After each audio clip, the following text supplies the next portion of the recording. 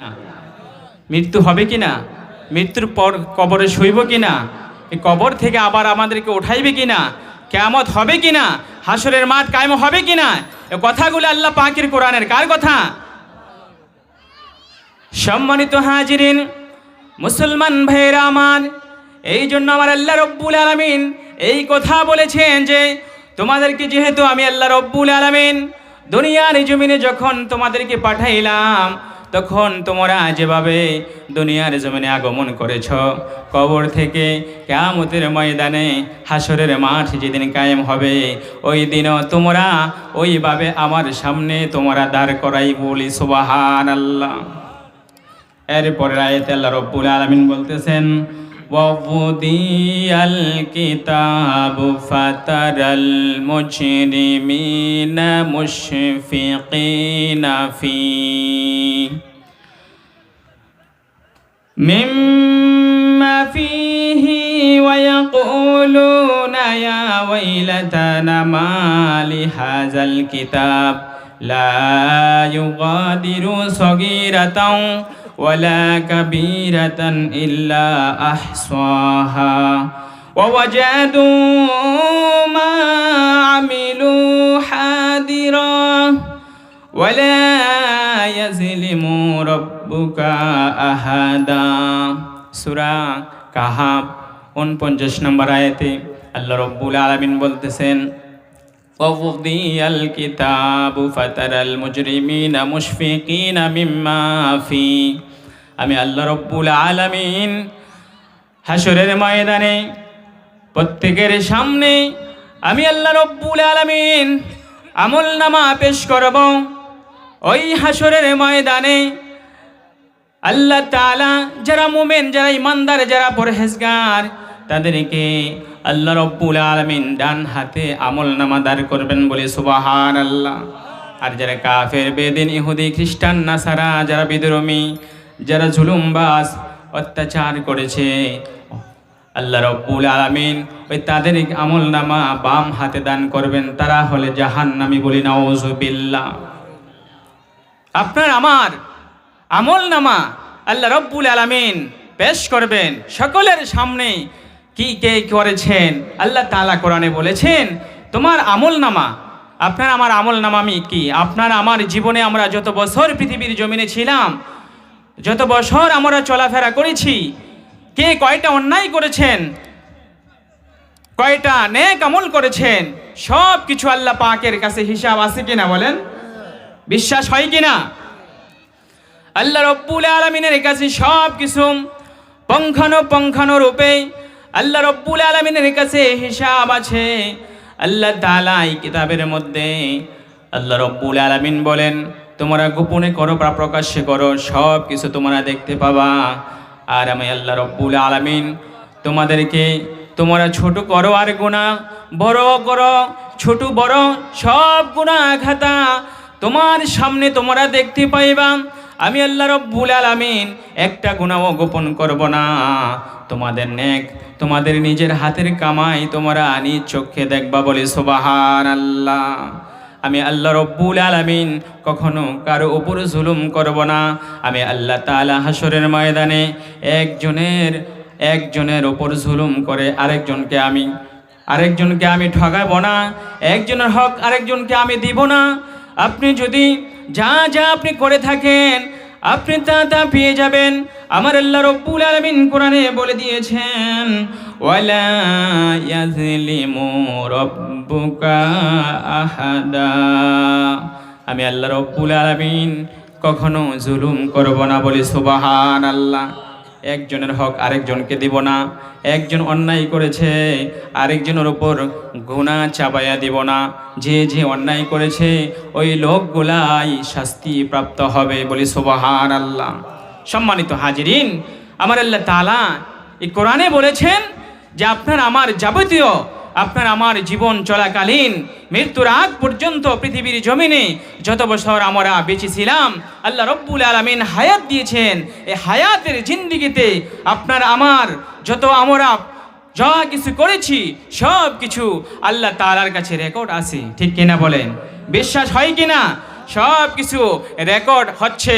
আমার আল্লাহ রব্বুল আলামিন বলেন, হাসরের ময়দানে যখন তোমরা উপস্থিত হবা তখন তোমাদের মাঝে আমি আল্লাহ রব্বুল আলামিন ভিডিও আমি অন করে দিব বলি সুবহানাল্লাহ।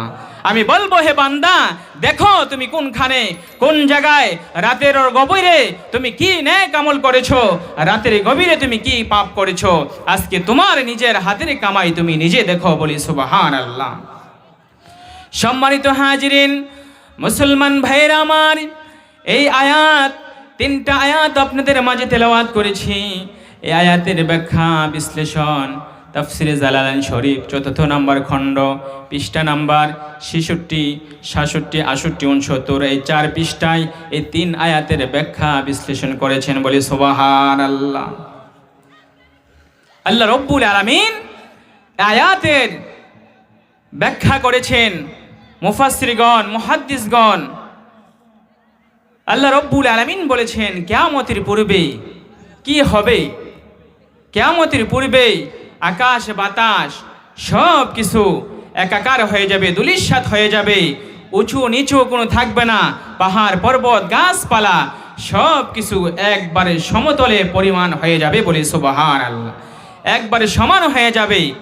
আপনার আমার যা কিছু অট্টালিকা আছে, উঁচু নিচু পাহাড় পর্বত যা আছে সব কিছু একত্রিত হয়ে যাবে। হে বন্ধু, তোমরা পৃথিবীর জমিনে গাফেল হয়ে যেও না, কারণ এই পৃথিবী ছেড়ে একদিন তোমাদের বিদায়ের ঘণ্টা বেজে যাবে। বস্তুত এই পৃথিবী জগৎ যেমন সত্য, আমরা এই পৃথিবীর জমিনে এখন আছি, কিছুদিন পরে আমরা থাকবো না, একথাও সত্য। ঠিক কিনা বলেন? এখন পৃথিবীর জমিনে আছি, কিছুদিন পরে থাকবো না, এটা সত্য কিনা মিথ্যা? এই পৃথিবীর জমিনে আমরা এক সময় ছিলাম না। আমার আল্লাহ তাআলা দয়া করে মায়া করে পৃথিবীর জমিনে আপনাকে আমাকে পাঠাইছে। কিছুদিন পরে আবার আমরা এই পৃথিবীর জমিন থেকে বিদায় হয়ে যাইব, পৃথিবীতে আমরা কেউ থাকবো না। কিন্তু প্রশ্ন হলো, আমরা কোথায় যাইব এবং কি নিয়ে আমরা আল্লাহর কাছে হাজির হইব বলে সুবহানাল্লাহ। রাস্তা হলো 2টি, একটা হচ্ছে পরকাল, আর একটা হলো জান্নাত, আর একটা হলো জাহান্নাম। আমরা কি নিয়ে যাইব? প্রশ্ন হলো আমরা কোথায় যাইব? আমার আল্লাহ রব্বুল আলামিন বলেন, দুনিয়ার জমিনে যারা নেক আমল করে তাদের ঠিকানা হলো জান্নাত, আর যারা বদ আমল করে তাদের ঠিকানা হলো জাহান্নাম। এখন আপনাদের কাছে প্রশ্ন, আপনারা আপনাদের বাড়ি আপনারা কোনখানে যেতে চান? আমার আল্লাহ রব্বুল আলামিন 2টা রাস্তা দিয়েছেন। প্রশ্ন হলো আমরা কোথায় যাইব এবং সঙ্গে আমরা কি নিয়ে যাইব? রাস্তা হলো 2টি, নাম হলো একটা জান্নাত, আরেকটা হইল জাহান্নাম। এখন আপনাদের বিবেকের কাছে প্রশ্ন, আপনারা কোন রাস্তায় যাইবেন? আপনারা নিজেরা নিজেদের রাস্তা ঠিক করে নেন, ঠিক কিনা বলেন? আপনাদের আমলের মাধ্যমে আমার আল্লাহ রব্বুল আলামিন বলেন, তোমরা আমল করে নিজেদেরকে সংশোধন করো, কোরআন সুন্নাহর পথে চলে তোমরা নিজেরা নিজেদেরকে সংশোধন করে চলো, তাহলে তোমাদের ঠিকানা হবে জান্নাত বলে সুবহানাল্লাহ। 2টা রাস্তা আপনি আমি বেছে নিতে হবে। আমার আল্লাহ রব্বুল আলামিন বলেছেন, দুনিয়ার জমিনে তোমাদেরকে পাঠাইলাম শুধু শুধু খাও দাও ফুর্তি করবা, তার জন্য নয়। আমি আল্লাহ রব্বুল আলামিন কোরআনে বলে দিয়েছি, ওয়ামা খালাকাতুল জিন্না ওয়াল ইনসা ইল্লা লিয়াবুদুন। তোমাদেরকে আমি জিন এবং মানুষ, আমি আল্লাহ রব্বুল আলামিন কাউকে পৃথিবীর জমিনে পাঠাইতাম না, একমাত্র পাঠাইছি, কেবলমাত্র পাঠাইছি আমি আল্লাহ পাকের ইবাদত করার জন্য। বলি সুবহানাল্লাহ। কার ইবাদত? আল্লাহ পাকের ইবাদত করার জন্য পাঠাইছি। ভাইয়েরা আমার, বন্ধুরা আমার, তাফসীর ইবনে কাসির এই আয়াতের আলোচ্য আয়াতের ব্যাখ্যায় বলেছেন, পৃথিবীর জমিনে কিয়ামতের পূর্ব মুহূর্তে পৃথিবীটা তছনছ হয়ে যাবে, সব কিছু একাকার হয়ে যাবে, পাহাড় পর্বত যা আছে সব কিছু একাকার হয়ে যাবে।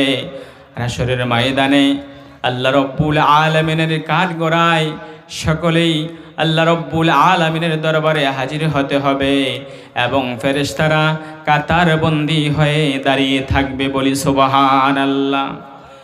ফেরেশতারা কাতার ধরে কাতারবন্দি হয়ে দাঁড়িয়ে থাকবে। আমার আল্লাহ পাকের হুকুম ব্যতীত ওই দিন কেউ কোনো কথা বলতে পারবে না, বলি সুবহানাল্লাহ। ফেরেশতারা কাতারবন্দি হয়ে দাঁড়িয়ে থাকবে, আল্লাহর হুকুম ছাড়া কেউ কথা বলতে পারবে না। যারা কিয়ামতকে অস্বীকার করত, পরকালকে অস্বীকার করত, তাদেরকে দমকে দিয়ে আমার আল্লাহ রব্বুল আলামিন বলবেন, লাকাদ জিতুমুনা কামা খলাকনাকুম আউয়ালা মাররা। কাদেরকে? যারা বলতো যে মৃত্যুর পর আবার কি হবে, কিয়ামত কোনো কিছু নাই, যারা বলতো তাদেরকে দমকে দিয়ে আমার আল্লাহ রব্বুল আলামিন বলবেন, তোমরা তো দুনিয়ার জমিনে তোমাদের মাঝে যখন বলা হয়তো কিয়ামত হবে, মৃত্যুর পর তোমাদেরকে আবার কবর থেকে জীবিত করা হবে, তখন তোমরা বলতে না না কিয়ামত হবে না। ওই শ্রেণীর লোকদেরকে আমার আল্লাহ তাআলা দমকে দিয়ে বলবেন, লাকাদ জিতুমুনা কামা খলাকনাকুম আউয়ালা মাররা। তোমরা তো বলেছিলে তোমরা কিয়ামত হবে না, দেখো দেখো আমি আল্লাহ রব্বুল আলামিন তোমাদেরকে যেভাবে প্রথম সৃষ্টি করেছি, অর্থাৎ নগ্ন দেহে নগ্ন অবস্থায় আমি আল্লাহ রব্বুল আলামিনের দরবারে তোমরা হাজির হয়েছ, বলি সুবহানাল্লাহ। সম্মানিত হাজিরিন, মুসলমান ভাইরা আমার, বুখারী শরীফ, মুসলিম শরীফ, তিরমিজি শরীফে হযরত আব্দুল্লাহ ইবনে আব্বাস রাদিয়াল্লাহু তাআলা আনহু থেকে বর্ণিত হাদিস শরীফে রয়েছে, আল্লাহ রাসূল সাল্লাল্লাহু আলাইহি সাল্লাম ভাষণ দেওয়ার উদ্দেশ্যে দাঁড়িয়েছেন। আল্লাহর হাবিব সাল্লাল্লাহু আলাইহি সাল্লাম ভাষণ দেওয়ার উদ্দেশ্যে দাঁড়িয়ে বললেন, আল্লাহ রব্বুল আলামিনের সামনে সকলকে হাজির করা হবে। আল্লাহ রব্বুল আলামিন বলবেন, আমি যাকে পারমিশন দেব সেই কথা বলতে পারবে, এছাড়া সকলেই চুপ থাকবে, সকলেই থর থর করে কাঁপতে থাকবে, কেউ কোনো কথা বলবে না। তখন সর্বপ্রথম হযরত ইব্রাহিম আলাইহিস সালামকে পোশাক পরিধান করানো হবে, বলি সুবহানাল্লাহ। সর্বপ্রথম কাকে পোশাক পরিধান করা হবে? হযরত ইব্রাহিম আলাইহিস সালামকে পোশাক পরিধান করা হবে। কেউ কোনো কথা বলতে পারবে না, সবাই থর থর করে কাঁপতে থাকবে। হযরত আম্মা জান আয়েশা সিদ্দিকা রাদিয়াল্লাহু তাআলা আনহা থেকে একটা হাদিস বর্ণিত, বুখারী এবং মুসলিম শরীফে হাদিসটা এসেছে। হযরত আয়েশা রাদিয়াল্লাহু তাআলা আনহা থেকে বর্ণিত, আল্লাহর হাবিব সাল্লাল্লাহু আলাইহি সাল্লাম বলেন, হাশরের ময়দানে আল্লাহ রব্বুল আলামিন গোটা পৃথিবীর মানুষকে, জগৎ সমূহের মানুষদেরকে আল্লাহ তাআলার হুকুমে নগ্ন দেহে নগ্ন অবস্থায় কাপড়বিহীন তাদেরকে আল্লাহ রব্বুল আলামিন হাশরের মাঠে একত্রিত করবেন। এই হাদিস যখন ঘোষণা করলেন আল্লাহর হাবিব সাল্লাল্লাহু আলাইহি সাল্লাম, হযরত আম্মা জান আয়েশা সিদ্দিকা রাদিয়াল্লাহু তাআলা আনহা বললেন, ইয়া রাসূলুল্লাহ, ইয়া হাবিবাল্লাহ, এটা কেমন কথা? সেখানে পুরুষও থাকবে, মহিলাও থাকবে, একজনের দিকে অন্যজনকে তাকাবে না। তখন আল্লাহর হাবিব সাল্লাল্লাহু আলাইহি সাল্লাম বললেন, হে আয়েশা, শুনে রাখো, শুনে নাও, হাশরের ময়দান এমন একটা অবস্থা হবে, এমন একটা কঠিন মুহূর্ত হবে, একজন অন্যজনের দিকে তাকানোর কোনো মন মানসিকতা থাকবে না, বলি সুবহানাল্লাহ। এই হাদিস যখন আল্লাহর হাবিব সাল্লাল্লাহু আলাইহি সাল্লাম বললেন, কিন্তু আম্মা জান আয়েশা সিদ্দিকা রাদিয়াল্লাহু তাআলা আনহা বললেন, ইয়া রাসূলুল্লাহ, ইয়া হাবিবাল্লাহ, আমরা থাকবো, পুরুষও থাকবে, মহিলাও থাকবে, এটা কেমন কথা? একজনে আরেকজনের দিকে কি তাকাবে না? তখন আল্লাহর রাসূল জবাব দেন, হে আয়েশা, এটা দুনিয়ার কোনো সমাবেশ নয়, দুনিয়ায় যেমনে চলছ এটা সেমনে চলার জায়গা নয়। হাশরের ময়দান এমন একটা অবস্থা হবে, একে অপরের দিকে তাকাবে দূরের কথা, এই ধরনের কোনো মন মানসিকতাই থাকবে না, বলি সুবহানাল্লাহ।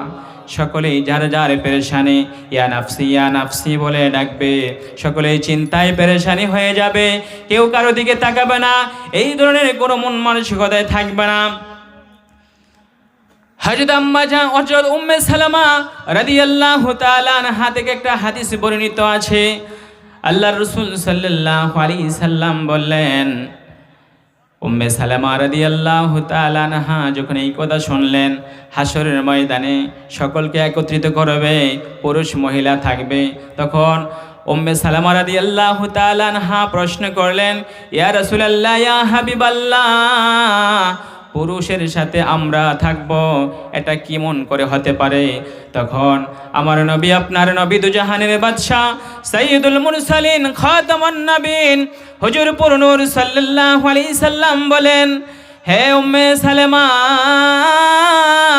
প্রত্যেকটা লোক ওই হাসরের ময়দানে সকলেই যার যার নিজের নিজের কাজে সবাই ব্যস্ত থাকবে, বলি সুবহানাল্লাহ।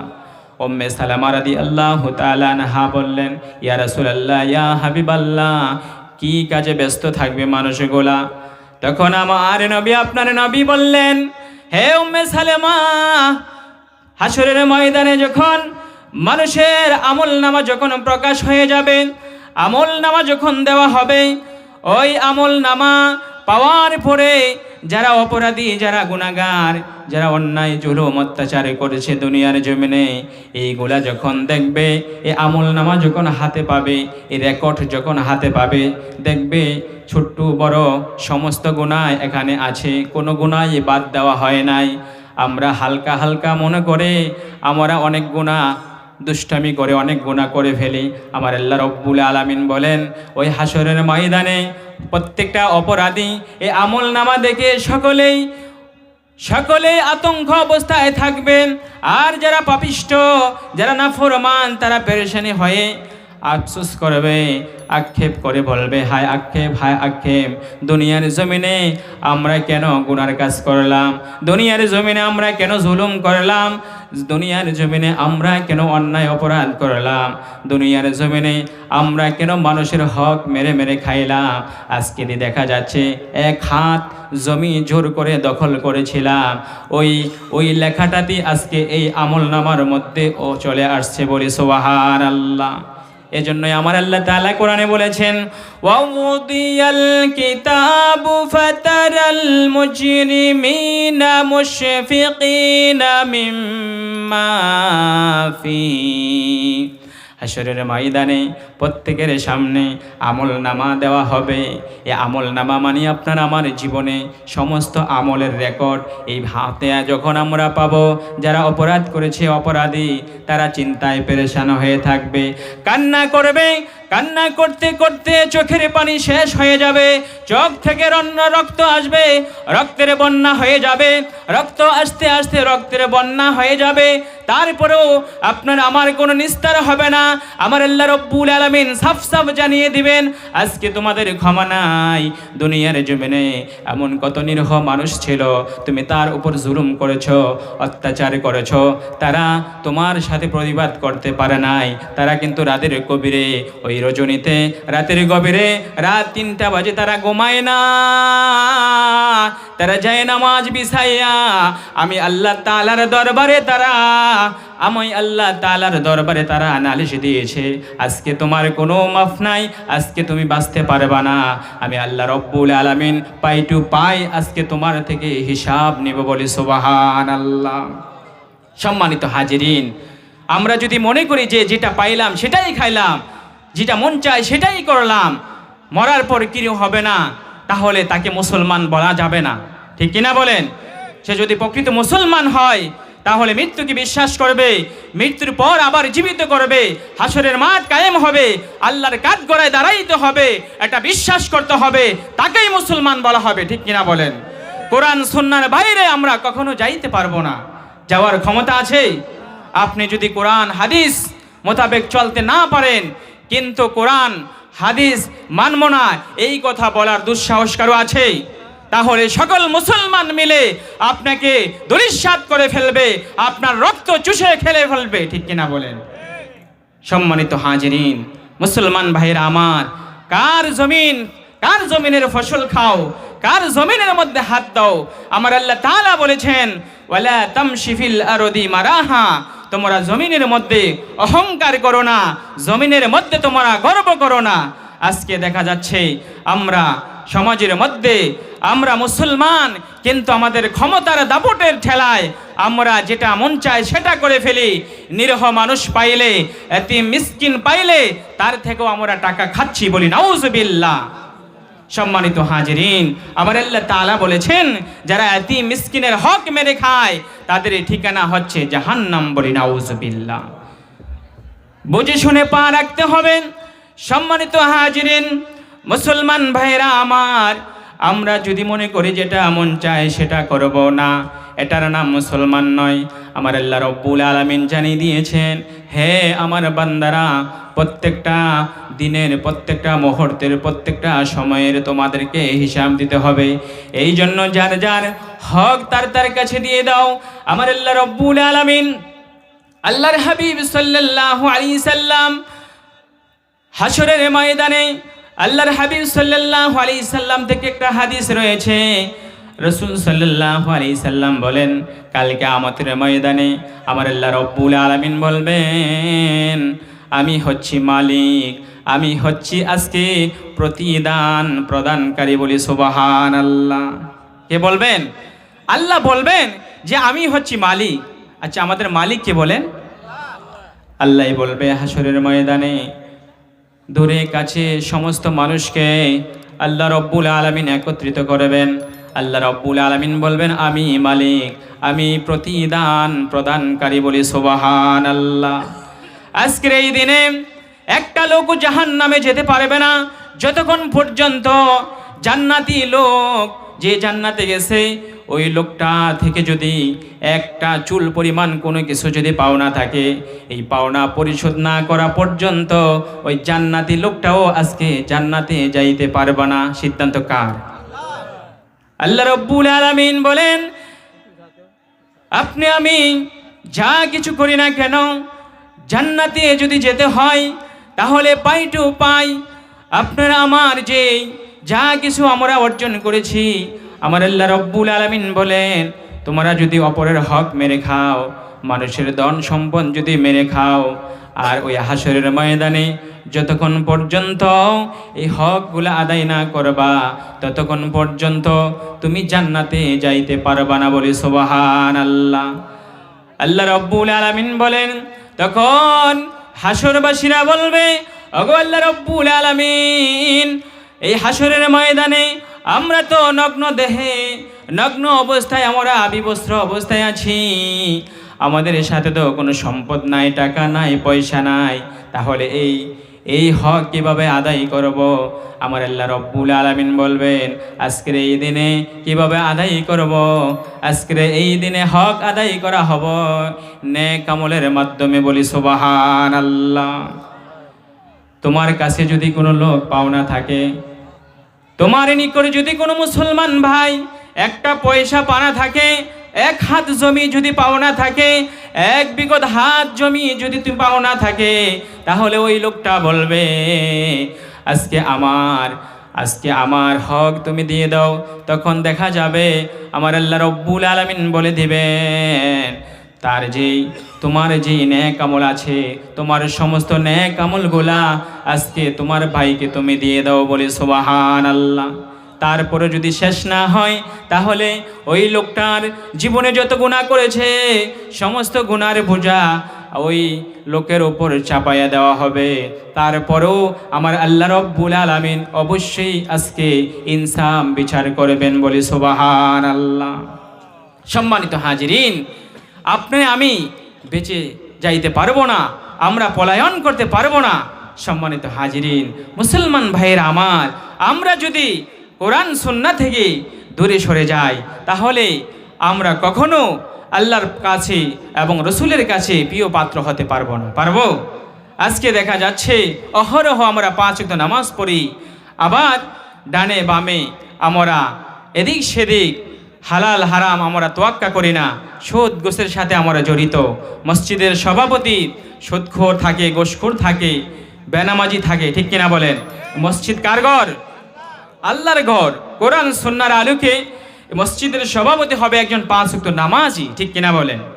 একজন বেনামাজি মসজিদের সভাপতি হতে পারে না, একজন সুদখোর ঘুষখোর মসজিদের সভাপতি ক্যাশিয়ার হতে পারে না। এটা কে বলেছেন? না, আমি বলছি, আল্লাহ পাকের কথা। সম্মানিত হাজিরিন, আমরা মনে করি যে যারা বর্ণাঢ্যবান, বড়লোক, টাকাওয়ালা, তাদেরকে সভাপতি বানাইলে মসজিদটা টাইলস হবে, মসজিদ মোজাহিক হবে। আমার আল্লাহ তাআলা বলেন, না না, এইগুলা দরকার নাই। একটা টিনের ঘর যদি হয়, এখানে যদি সেজদা করো আর হালাল টাকা দিয়ে যদি মসজিদ বানাও, তাহলে এখানেই সেজদা করো, তাহলে প্রত্যেকটা সেজদার, এক একটা সেজদার ওজন ওহদ পরিমাণ ভারী হয়ে যাবে। বলি সুবহানাল্লাহ। সম্মানিত হাজিরিন, মুসলমান ভাইরা আমার, আজকে দেখা যাচ্ছে আমাদের হালাল হারামের মধ্যে কোনো তোয়াক্কা করে না। সম্মানিত মুসলমান ভাইরা আমার, আমরা যদি কোরআন সুন্নাহর আলোকে যদি আমাদের সমাজ চলতো, আমাদের পরিবার চলতো, আমাদের ঘর, আমাদের ফ্যামিলি যদি চলতো, তাহলে প্রত্যেকটা ঘরের মধ্যে 5 ওয়াক্ত নামাজ থাকতো, ঠিক কিনা বলেন? কোরআন তেলাওয়াত থাকতো, ঠিক কিনা বলেন? আজকে কোরআন তেলাওয়াত আছে? সকালবেলা কোরআন তেলাওয়াত শোনা যায়? অনেক আগের দিনের মানুষেরা সকালবেলায় গুনগুন মহিলারা প্রত্যেকটা ঘরে কোরআনের আওয়াজ আসতো, ঠিক কিনা বলেন? আজকে কোরআনের আওয়াজ বাদ দিয়ে আমরা বড় বক্স বানাই, ও বক্সের ভিতরে আমরা টেলিভিশন রাখি, ঠিক কিনা বলেন? এই টেলিভিশনের মধ্যে পর্দা ফালাই, কিন্তু কোরআনের মধ্যে আমরা পর্দা লাগাই না, ঠিক কিনা বলেন? এই কোরআনের মধ্যে অনেক সময় দেখা যাচ্ছে ময়লা থাকে, কিন্তু টেলিভিশন দৈনিক বারবার মুছা হয়, যেটার ঠিকানা হয়ে যায় জাহান্নাম। যে নর্তকীর নাচ শুনলে দেখলে জাহান্নাম হয়ে যায় ঠিকানা, ওই নর্তকীর টেলিভিশনের পর্দা বারবার আমরা মুসা করি, জুসা করি, ধুই। কিন্তু আল্লাহ পাকের কোরআন, যেই কোরআন তেলাওয়াত করলে, একটি হরফ তেলাওয়াত করলে 10টি নেক আমল নামায় লেখা হয়, ওই কোরআন থেকে আমরা বঞ্চিত। বলি নাউজুবিল্লাহ। সম্মানিত হাজিরিন, মুসলমান ভাইয়েরা আমার, আমাদের ঘরে কোরআন তেলাওয়াত করেন। কোরআন তেলাওয়াত করলে এই ঘরটা আল্লাহ রব্বুল আলামিন ঘরটা নূরে ভরপুর করে দিবেন। বলি সুবহানাল্লাহ। সম্মানিত হাজিরিন, মুসলমান ভাইয়েরা আমার, আমরা যদি মনে করি আমরা ক্ষমতার দাপটে যদি আমরা অনেক কিছু যদি আমরা বলে ফেলি যে আজকে আমার গ্রামে আমি ক্ষমতাধর, যেটা মন চায় সেটা করব, না না, আপনি পৃথিবীর জমিনে তাকান, দেখেন আমার আল্লাহ রব্বুল আলামিন আজ থেকে 1400 বছর আগে জানিয়ে দিয়েছেন, তোমরা পৃথিবীর জমিনে ভ্রমণ করো, দেখো, ঘুরে ঘুরে দেখো, যারা জুলুম করেছে, অত্যাচার করেছে, নাফরমানি করেছে, তাদের পরিণতি কি হয়েছে। বলি সুবহানাল্লাহ। তোমরা তাকাও নমরুদের দিকে, তাকাও ফেরাউনের দিকে, তাকাও হামানের দিকে, তাকাও কারণের দিকে। কারণ ছিল অনেক সম্পদের মালিক, ফেরাউন ছিল ক্ষমতার দাপটে, তার সাথে কেউ কথা বলতে পারতো না। হযরত মূসা পয়গম্বর, মূসা আলাইহিস সালামকে অনেক কষ্ট দিয়েছে, ঠিক কিনা বলেন? মূসা আলাইহিস সালামকে অনেক কষ্ট দিয়েছে। মূসা আলাইহিস সালাম থেকে যখন 2টা মুজিজা প্রকাশ পেয়েছে, ফেরাউন থরথর করে কাঁপতে লাগলো, তার ভিতরে কম্পন সৃষ্টি হয়ে গেল। তিনি বুঝতে পারলেন, আমার যেই সম্প্রদায়, আমার যেই লোক আছে, মূসা আলাইহিস সালাম যে মুজিজা দেখাইছেন, দেখা যাচ্ছে এক সময় মূসা আলাইহিস সালাম সকলকে ঈমানদার বানিয়ে, কালেমা পড়ে ঈমানদার বানিয়ে ফেলবে। বলি সুবহানাল্লাহ। তখন মূসা আলাইহিস সালাম তার সকল নেতৃবৃন্দ, স্থানীয় লোকদেরকে ডাকলেন, পরামর্শ করলেন যে এখন কি করা যায়। হযরত মূসা আলাইহিস সালাম যেভাবে কাজ করতেছে, দেখা যাচ্ছে মূসা আলাইহিস সালাম একজন জাদুঘর। বলি নাউজুবিল্লাহ। কে বলেছেন? ফেরাউন। ফেরাউন বলেছে যে মূসা আলাইহিস সালাম একজন জাদুঘর, কিন্তু প্রকৃতপক্ষে মূসা আলাইহিস সালাম আল্লাহর পক্ষ থেকে একজন নবী রাসূল, ঠিক কিনা বলেন? হতবাগা কপাল পোড়া নাফরমান বেঈমান কাফের হইলে তার মুখ থেকে কে আসে? আমার আল্লাহ রব্বুল আলামিন তাকে হেদায়েতের জন্য মূসা আলাইহিস সালামকে পাঠিয়ে দিলেন। আর কিন্তু এদিকে বলতেছে মূসা আলাইহিস সালামকে জাদুঘর, তাকে কিভাবে দেশ থেকে তাড়ানো যায় তারা একটা পরামর্শ করলো। পরামর্শ কি?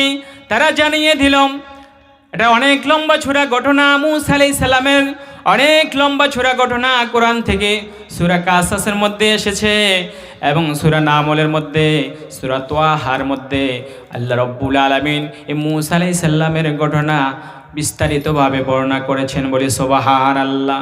আমি সংক্ষিপ্তে কয়েকটা কথা বলছি। মূসা আলাইহিস সালামকে জাদুকর বলল,